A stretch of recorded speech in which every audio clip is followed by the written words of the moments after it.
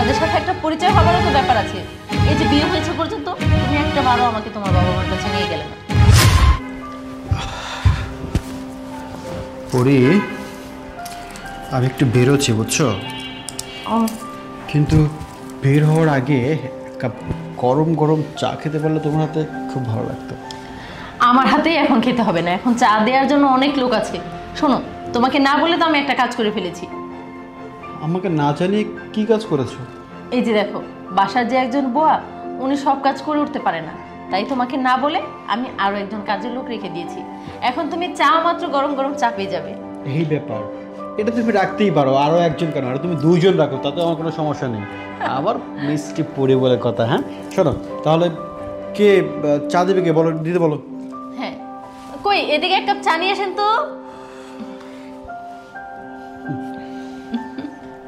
এই তো।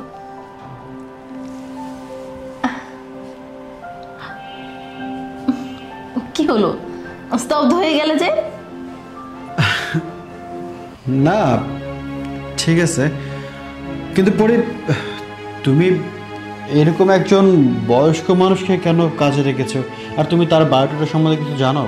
যদি আমার বাসা থেকে কিছু চুরি হয়ে যায়, দেখো না, দেখতে চোরের মতো লাগতেছে। আহা, এসব কি ধরনের কথা বলছো? এনারা মানুষের বাসায় কাজ করে খায়, এদের বায়োডাটা দিয়ে কি করবো বলো তো? তুমি কি পাগল হয়ে গেছো? হ্যাঁ, এদের বায়োডাটা রাখবো না, কাদের বায়োডাটা রাখবো তুমি? হ্যাঁ, আজকে দেখো না মানুষের বাসায় অহরহ কত অঘটন ঘটছে, আর তুমি হুট করে চেনো না জানো না এর একটা মানুষকে বাসার কাজের লোক রেখেছো, এটা ঠিক করনি একদম। আচ্ছা বাদ দাও তো কাজের লোকের কথা। আচ্ছা দেখো না, কয়েকদিন যাবো তোমার অফিসটা বন্ধ যাচ্ছে, কবে থেকে বলছে আমাকে তোমার বাবা মার কাছে নিয়ে যাও, তুমি তো আমাকে নিয়ে যাচ্ছ না। তাদের সাথে একটা পরিচয় হবারও তো ব্যাপার আছে। এই যে বিয়ে হয়েছে পর্যন্ত তুমি একটা বারও আমাকে তোমার বাবা মার কাছে নিয়ে গেলে না। ওরে, তোমাকে তো আমি বলেছি যে আমার মা বাবা দুজনেই লন্ডনে থাকেন, সেখানে আমাদের অনেক বড় বিজনেস, সেগুলো সামলাতে সামলাতে তারা সময় পায় না একদমই বাংলাদেশে আসার জন্য।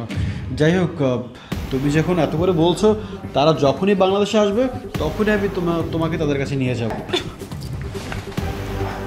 কি ব্যাপার পরি, তুমি আমার গায়ে হাত তুলে কেন? হ্যাঁ, আমি তোমার গায়ে হাত তুলেছি। তুমি এত বড় একজন মিথ্যাবাদী, কি করে পারলে আমাকে ঠকাতে? নিজের জলজান্ত বাবা তোমার সামনে দাঁড়িয়ে আছে, আর তুমি কিনা একের পর এক মিথ্যা বলেই যাচ্ছ। তোমার বাবা লন্ডনে থাকে তাই না?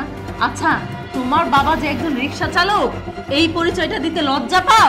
আচ্ছা, ছোট থেকে যখন বড় হয়েছো তখন লজ্জা লাগেনি? যখন এই রিকশাওয়ালার হাত ধরে তুমি হাঁটা শিখেছো তখন লজ্জা লাগেনি? যখন এই রিকশাওয়ালা রিকশা চালিয়ে মাথার ঘাম পায়ে ফেলে তোমাকে দুমুঠো খাবার এনে দিয়েছে, সেই খাবারটা খেতে তোমার লজ্জা লাগেনি? আজকে তোমার বাবার পরিচয় আমার কাছে দিতে তুমি লজ্জা পাও? তুমি আমাকে দিনের পর দিন মিথ্যা বলে গেছো। আচ্ছা, কি পেয়েছো তুমি এতে? তুমি কি ভেবেছো আমি কিছুই জানি না? সেই দিন তুমি অফিস শেষ করে আমি দেখলাম একজন রিকশাওয়ালার সাথে তুমি কথা বলছো, আমি তোমাকে ফলো করে কাছে যেতেই শুনতে পারলাম তোমরা বাবা ছেলে। তোমার বাবা বারবার তোমার কাছে দুটি ঔষধের টাকা চাচ্ছিল, তুমি তোমার সেই বাবাকে না দিয়ে সেখানে যা ইচ্ছা তাই বলে অপমান করে চলে এসেছিলে। আমি সেই দিন সিদ্ধান্ত নিয়েছিলাম এই বাবাকে আমি আমার কাছে আনবো, তারপর আমি বাবার সাথে কথা বলে সবকিছু জানতে পারি যে আমার সন্দেহই ঠিক। আসলেই তোমরা বাবা ছেলে। কি করে পারলে তুমি এইরকম একটা মানুষকে ঠকাতে? মামনি, ওরা আর কহেন না, কারে কি কম, নিজের জন্ম দেওয়া ছেলে যখন বাপের চিনে না, খোঁজ নেয় না, খবর নেয় না, তখন তখন আমি আর কি কম। বিশ্বাস করেন, ও যখন ছোট ছিল, ছোটবেলা ওর মা মারা গেছে, আমি আমি দ্বিতীয়বার বিয়ে করি না। যদি ওই মা আইসা ওরা যদি যত্ন না করে, আদর না করে, আমার জীবনের সব স্বাদ আল্লাহ যা আছে সব ত্যাগ করছি। রোদে পয়রা বৃষ্টিতে ভিজা রিক্সা চালাই আমার পোলাটার পড়ালেখা করাইছি, অনেক অনেক পড়ালেখা করছে। ভাবছিলাম এই পোলা বাপের কষ্ট বুঝবো, কিন্তু কিন্তু নিয়তি অন্যদিকে নিয়ে গেছে, আমার কপালের সুখ রইল না। যখন পড়াশোনা করে বড় করে বিয়ে করো, তখন এই বাপের ভুল লাগে না, বাপ বলে পরিচয় দিল না, ফাঁসের মধ্যে রাস্তাঘাটে দেওয়া হইল, কথাটা পর্যন্ত কয় না। আর আমি নির্লজ্জের মতো যায় কাছে যায় কই, বাবার এতে কেমন আছো? ওই পর্যন্তই। থাক থাক মামুনি, আপনি আপনি আপনি আর কাউকে কিছু কই না ওরে। কারে কইবেন? ও তো মানুষ না, ও তো মানুষ হয় নাই। টাকা পয়সা খরচ করে কষ্ট করে সন্তান তৈরি করি নাই, জানোয়ার তৈরি করছে। আপনি ঠিকই বলেছেন বাবা। শুনুন, আজকের পর থেকে আমি আর আপনার ছেলের সাথে সংসার করব না। আমি সিদ্ধান্ত নিয়েছি, আমি ওকে ডিভোর্স দিব। আর হ্যাঁ বাবা, আপনি এখন থেকে আমার বাবা হয়ে থাকবেন, আমার বাড়িতে থাকবেন। আম্মাজান, তুমি এটা কি করতেছ? আমার সাত কপালের ভাগ্য, আমার এই পোলা তোমার বিয়ে করছে। এত ভালো করে, এত সুন্দর মনের একটা মানুষ হয়, আমার এটা ধারণাই ছিল না। আমি আমি আমি অনেক খুশি যে তোমার মতো একটা বউ পাইছি আমি। বাবা, তুমি তো গরিব ছিলে, আমি তো গরিবের ঘরে জন্ম নিয়েছি। যখন পরীর সাথে আমার বিয়ে হয়, পরি যদি কোনো রকম জানতে পারতো যে আমি, আমার বাবা গরিব, আমাকে যদি ও বিয়ে না করতো, আমাকে যদি ও প্রত্যাখ্যান করে দিত, তাহলে তাহলে আমি আমার কি হতো? আমার ভালোবাসার মানুষটাকে আমি হারাতাম।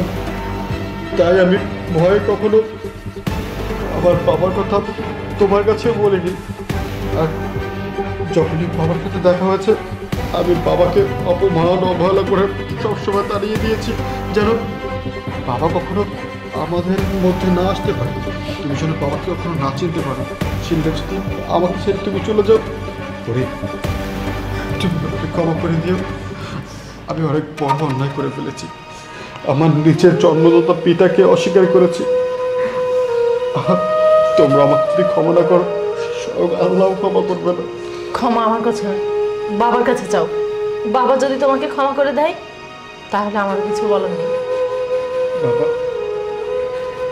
সন্তানরা যখন ভুল করে, তখন না বাবা মা তাদেরকে ক্ষমা করে দেয়। তুমি আমাকে একটা সুযোগ দাও না, আমি তোমার সন্তান হয়ে বাঁচতে চাই। বাবা বাবা, কান্দিস না বাবা।